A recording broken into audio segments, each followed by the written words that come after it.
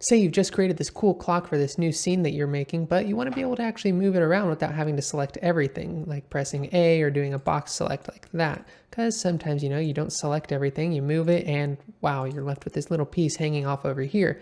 So you'd rather just be able to select one piece of it and move everything around. Well, you can do that with parenting, where you select two child objects, then select a parent object and parent those objects to it. Now, if I select the face of the clock and move it around, the hands go with it without me having to actually select them individually as well. So in this tutorial, I'll be going over all of these options for parenting and how they actually work. Without any further ado, let's get on to the tutorial. So before we get into this, we need to actually know a few things about parent-child relationships in Blender, and the first and most important thing is that it's a one-way relationship. So the parent object here is able to affect the location, rotation, scale of the child object, but the opposite cannot be said to be true. It doesn't affect the parent in any way at all. It's just defined relative to the parent. Secondly, when you have a parent-child relationship over here in the outliner, the child gets put underneath the parent like this. If we were to actually get rid of the parent-child relationship right here, you can see that it does. But when you define it as a parent-child relationship,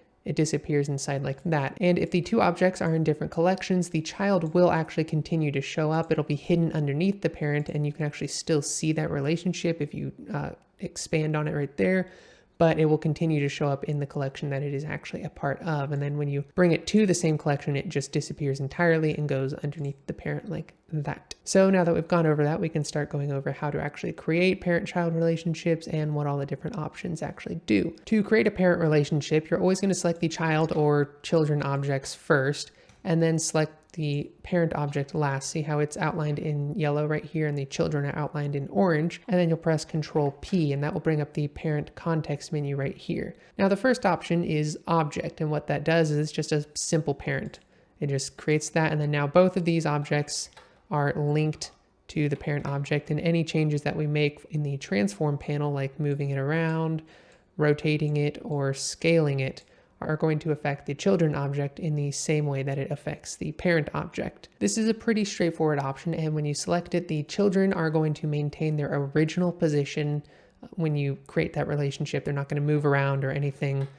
Just by selecting that option, it'll only affect what you do after you make that relationship. Now, the second option, to object keep transform, only applies if you're setting a new parent whenever you're already parented to something else. So in this situation, I'm just going to clear parent on this one object up here, but the bottom object is still parented to this cube right here. Now let's say we move this over in the Y direction like that. So we have some sort of transform applied on this because it was applied on the parent object. If I want to set the parent to this cube up here instead of this cube, and I just Control P object, it'll move the child cube over to its original position where it started before I did anything with this cube right here, and it'll kind of just reset the whole thing. So now it's parented over here instead. If, however, I were to actually select that other option, so object keep transform, what this will do is it'll keep the transform that this cube applied to this. So now that it's over here instead of where it was like at the origin, if I do that, it'll stay over here.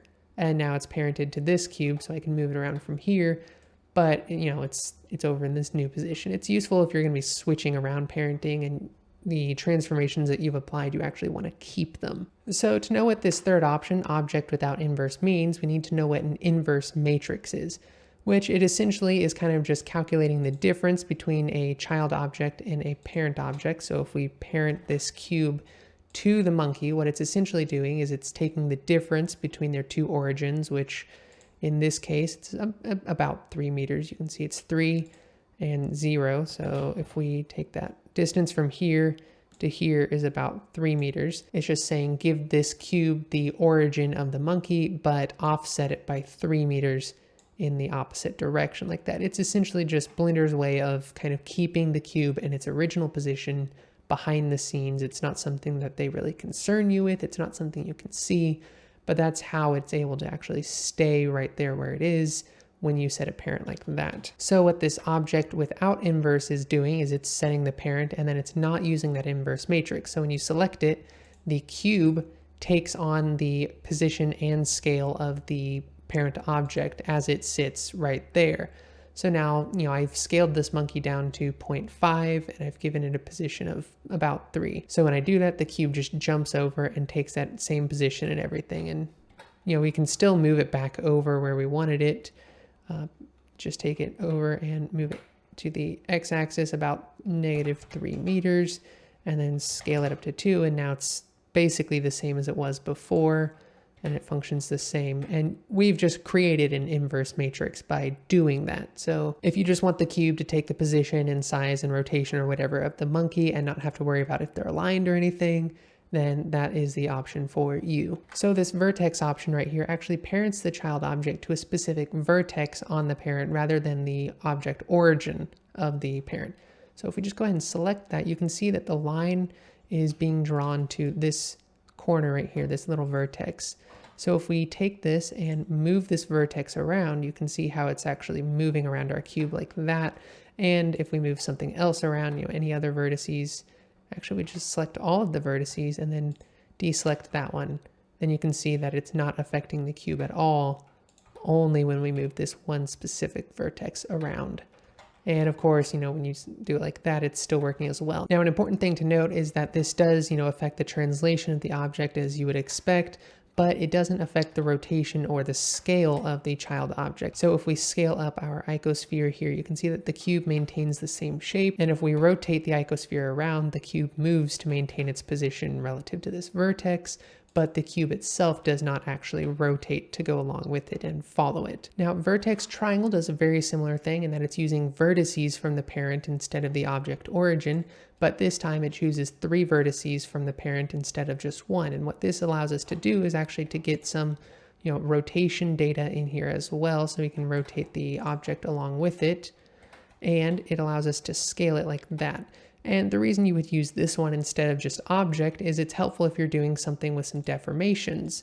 So like say we wanted to add in a displace modifier, add in some cloud textures like this.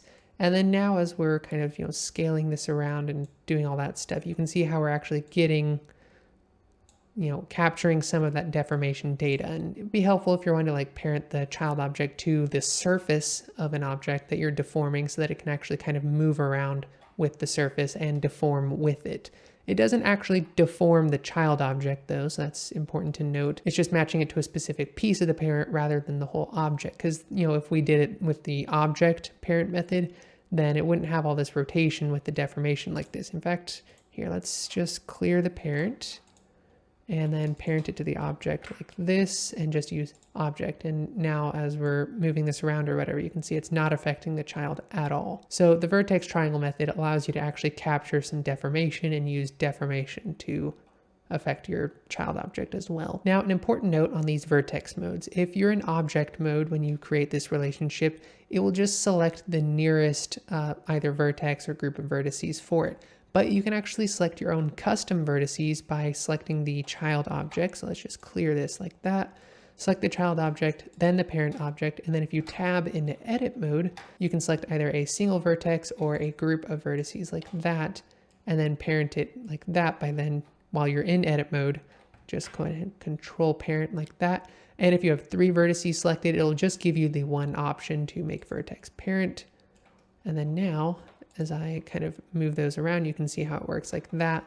And it's just, that's how you can get your own custom vertices. Otherwise, if you just do it from object mode like this, it'll just select the nearest one. All right, now for the next option, we have this Armature Deform, and there's a few different sub options in here as well. So Armature Deform is for when you're creating rigging for like character animations or whatever else, and that matches your child object to this bone structure here. And then when you're in pose mode, you can kind of move these around and it makes this deform to follow the kind of animations or whatever you want to do here, the deformations. So if we go ahead and just reset this position so that it's inside of the cube that we have here, and I've just switched over to wireframe mode so you can actually see what's happening. You can see I have these 3 bones right here, and our cube, or our cube object, it's not a cube anymore, is divided up into 3 sections as well with a loop cut right at the junction of each bone. So if we just go ahead and select the cube object, then select the bone, and then we press Control P, that gives us 3 different options here for our Armature Deform. We have with empty groups, envelope weights, and automatic weights.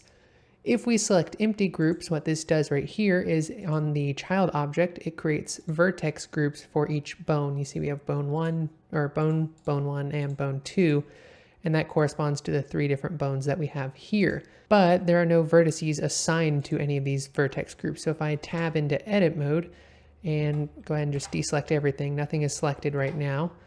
Then if we click select, you can see that nothing gets selected. If we go to bone 1, select, nothing gets selected. Bone 2, it's the same. There's nothing assigned to each of these. So what that means is if we go into pose mode on our armature right here and we start moving things around like this, nothing is going to get affected at all. And that's because none of the vertices on our child object are paired to this, so they have no effect on the child object. So if you do this mode, if you do the empty groups mode like this, you're going to have to actually manually assign our vertex weights for all of these things in here like this. So if we go into our child object and tab into edit mode, I'll select these top vertices right here and assign those to vertex group bone 002.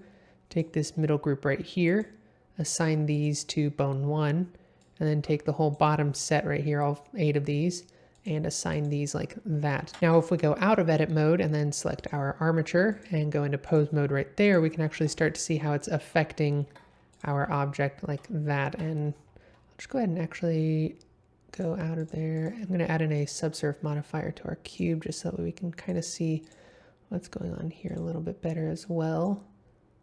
Bring that up above our armature, bring it up a little bit. And then now if I go into pose mode here and start moving things around, you can see how it's kind of bending a little bit like that.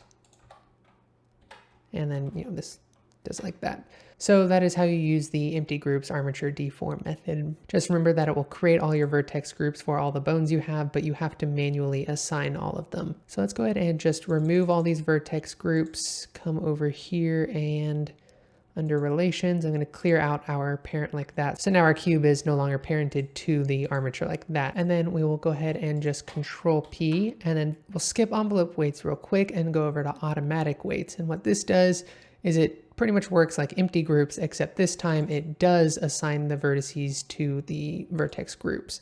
So if we look at our vertex groups, you can see that all the vertex groups are back. And this time if we tab into edit mode, deselect everything, and then look at bone 2 and select, you can see it has selected all these vertices right here. Deselect those. Bone 1, it's assigned all of them to it a little bit, so everything is being influenced by this one. Deselect those and go to bone 0. You can see it's only affecting these vertices right here. And this automatic weights, if we look at the bone 1, you can see how it has selected everything. Everything is a part of this vertex group, but they have different weights within that group. So, it's not going to be like fully affecting if we go into pose mode and move this middle one around here. Let's actually just go ahead and do that tab out of edit mode, go into pose mode. And then if I start moving this around, you can see how it's affecting it a little bit more. And this one, as I move it around, you can see it's actually moving everything a little bit more. It's a little bit different. And really the main benefit here is that it is automatic. You're not having to do this manually.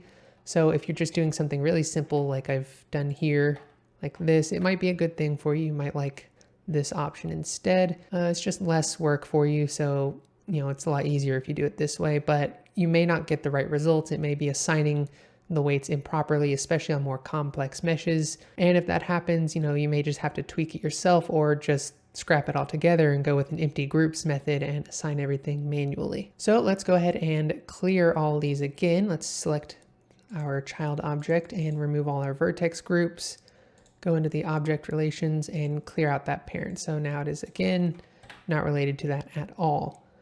So let's go to our third and final option for the armature deform.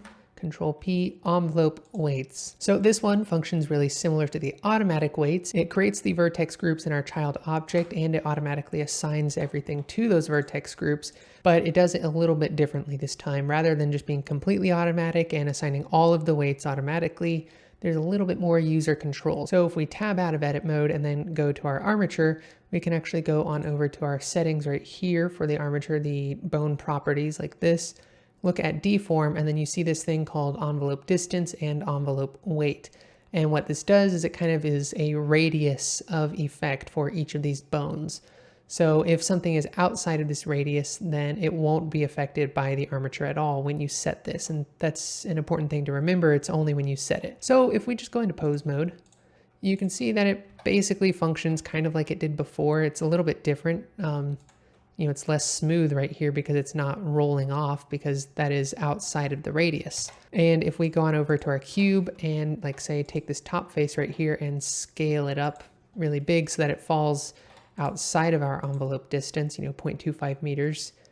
Each of these vertices are quite a bit farther than 0.25.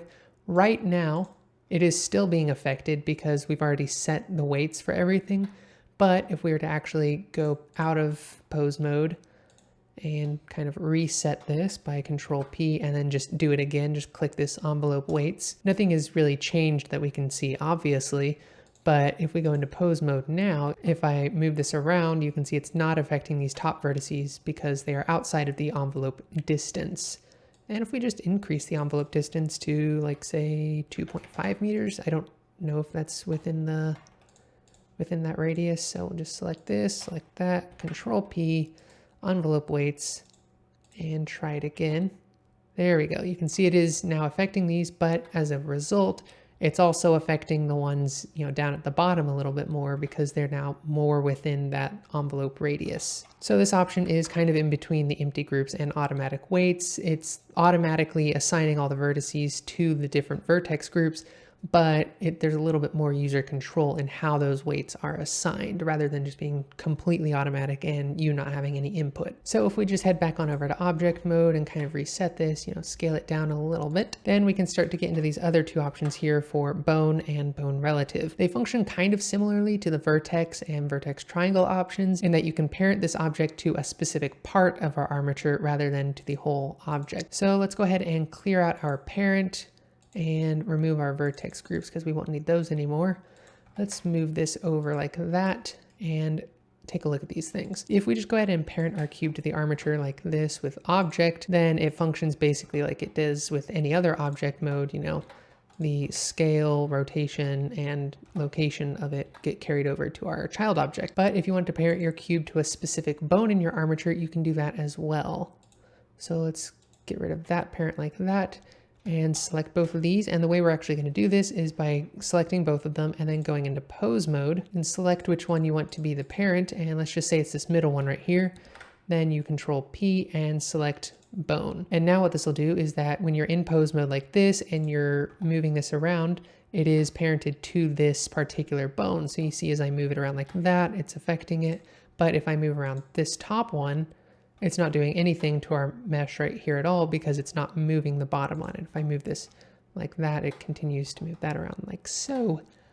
So that's how you use the bone deform method. But what about this bone relative method? Well, let's go over here and get out of pose mode and clear off our relation right there. And let's go back over to pose mode. And this time we're going to parent it and use bone relative. So what this does is it changes how the parenting relationship works when you're in edit mode. So, right now as we're in pose mode, it functions pretty much exactly the same way.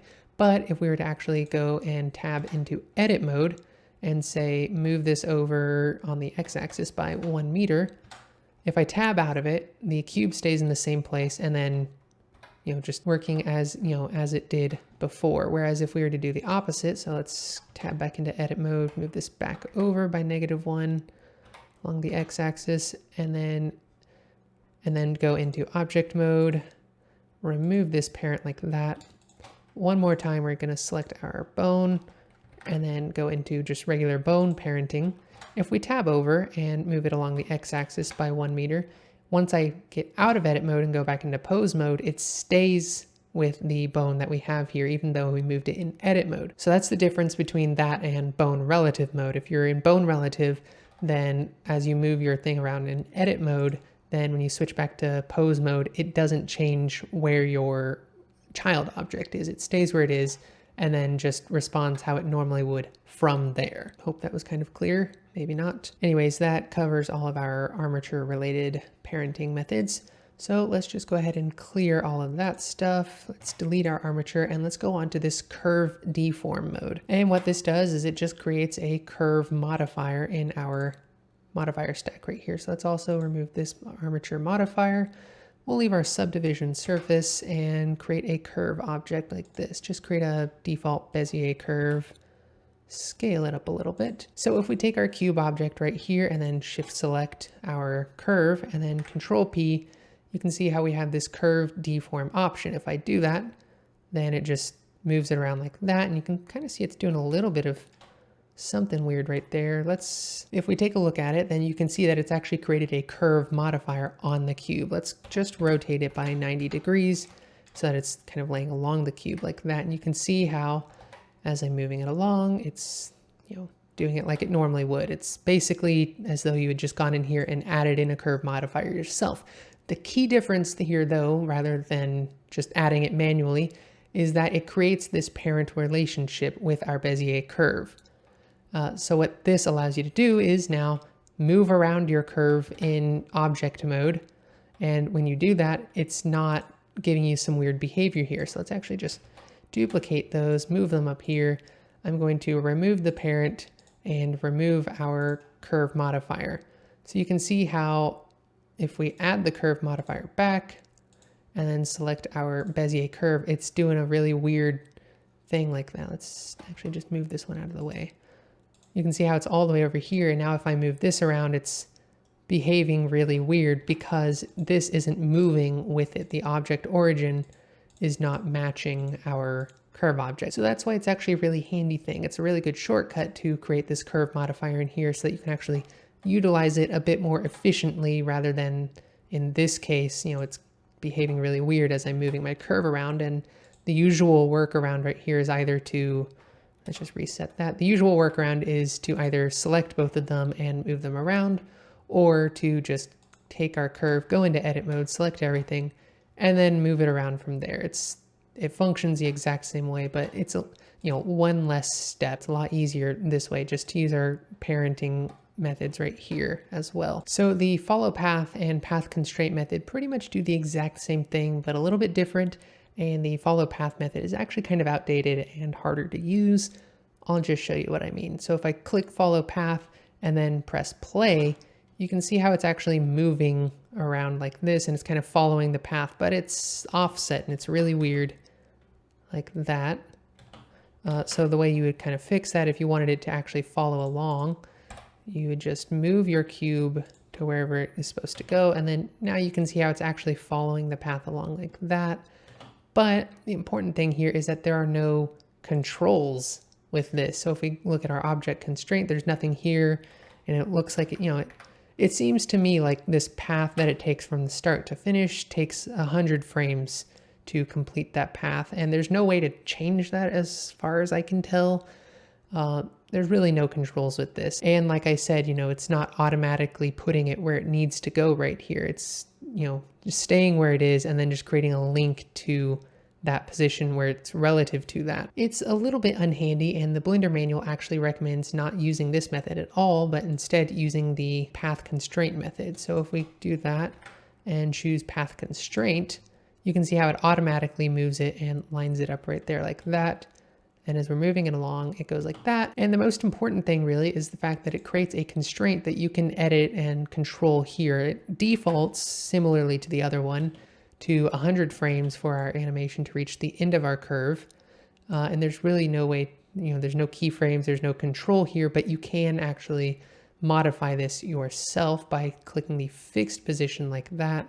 And then if you actually look at the offset factor, this is where your control is. And I wonder if you can actually, you can use an offset of 2 to go past your curve if you want to, but it defaults, 0 to 1 is where it goes by default. So if we go here and start at the beginning, then we can keyframe that, and let's just say move it to, 174. Bring it all the way to the end, keyframe that, and then now it will take 174 frames to do that, and you can just adjust it as necessary to whatever speed you want it to be.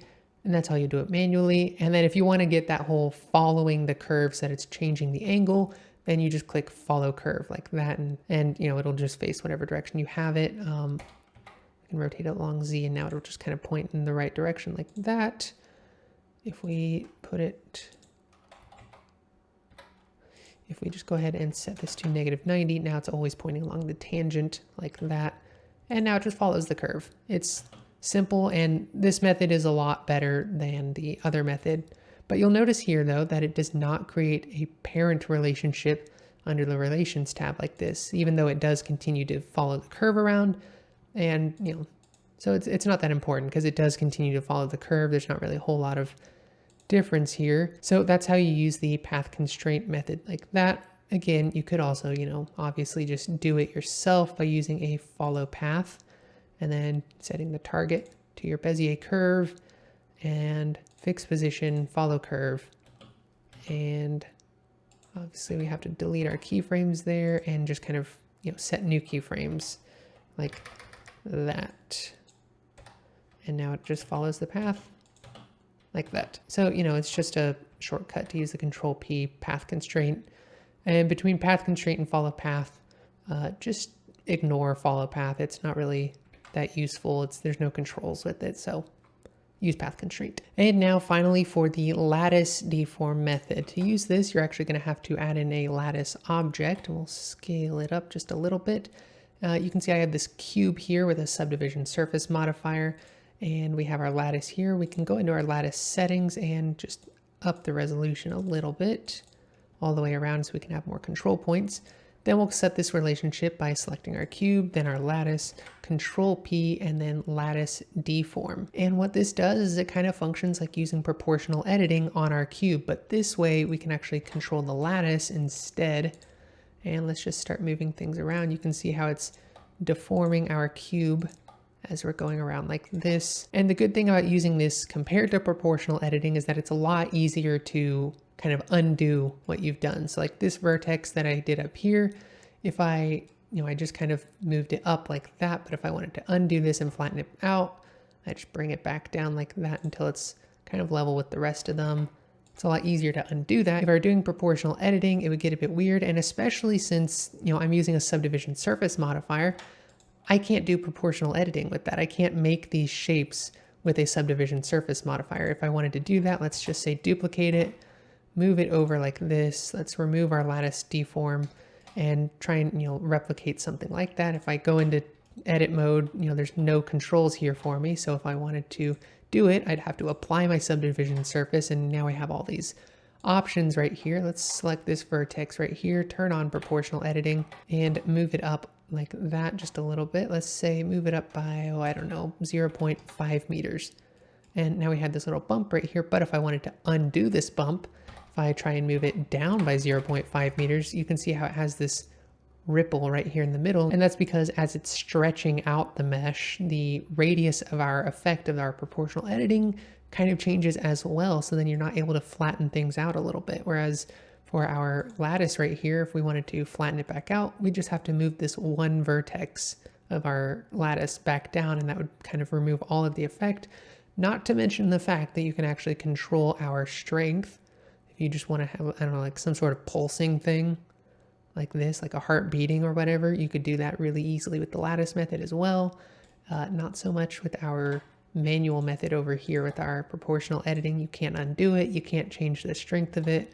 Once it's in there, it's kind of baked in. And if you just decide you don't like any of the changes whatsoever, you could always just, get rid of it and it's gone like that. Not to mention the fact that, you can use fewer control points to control a larger section of the mesh as well. If I wanted to just, reduce the resolution of our control mesh right here, and now we can just use a couple of points to affect larger areas and then not have to worry about all of that stuff, especially flattening it back out. Look at that, it's already gone. I can just move it up and down all I want to. It doesn't matter how often I apply that, it will always go back to, roughly the same place as long as I can flatten all that out. And finally, if your mesh is more complicated than just a cube with a subsurf, it's a lot easier to control large portions of that mesh with this lattice method rather than using proportional editing or even sculpting or anything like that. Of course, you don't get as much control as you do with sculpting, but for large changes and just kind of changing the base shape a little bit more,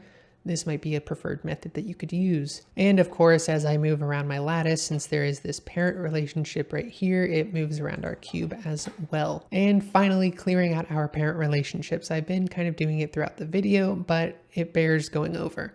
So one option is always just to go over here into our relations tab and just clicking X, and now that parent relationship is gone. But also, of course, since this one creates a modifier in our modifier stack, it's still affecting that. So obviously you'd have to just clear that out like that.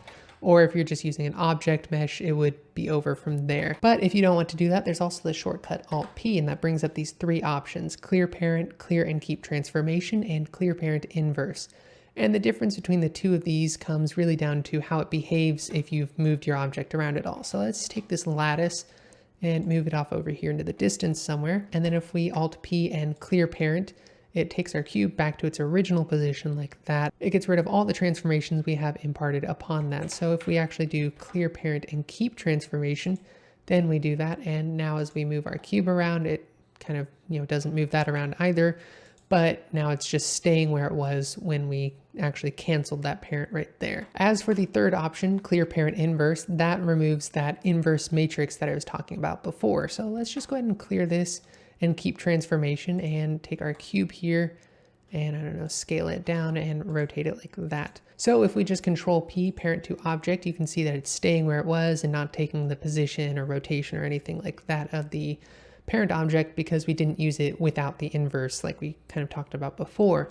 But say we change our minds and we actually do want to do that, you can Alt-P and clear parent inverse. And what this will do is that it'll take it over there. And the reason why it's not taking the exact position and everything is because there is this location offset that we have right here.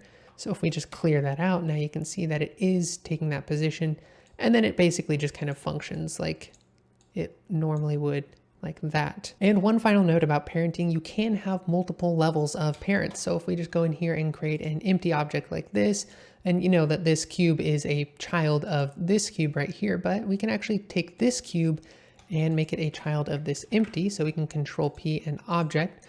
So now as we move this around, it affects this cube.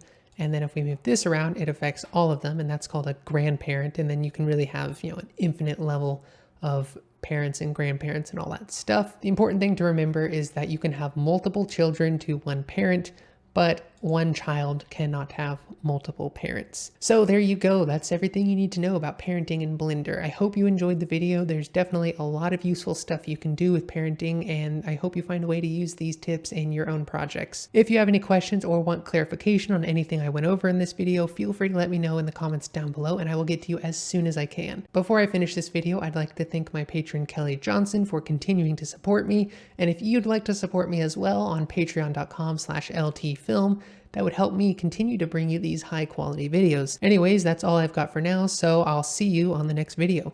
I'm John Martinez, and this has been Learn Together Filmmaking.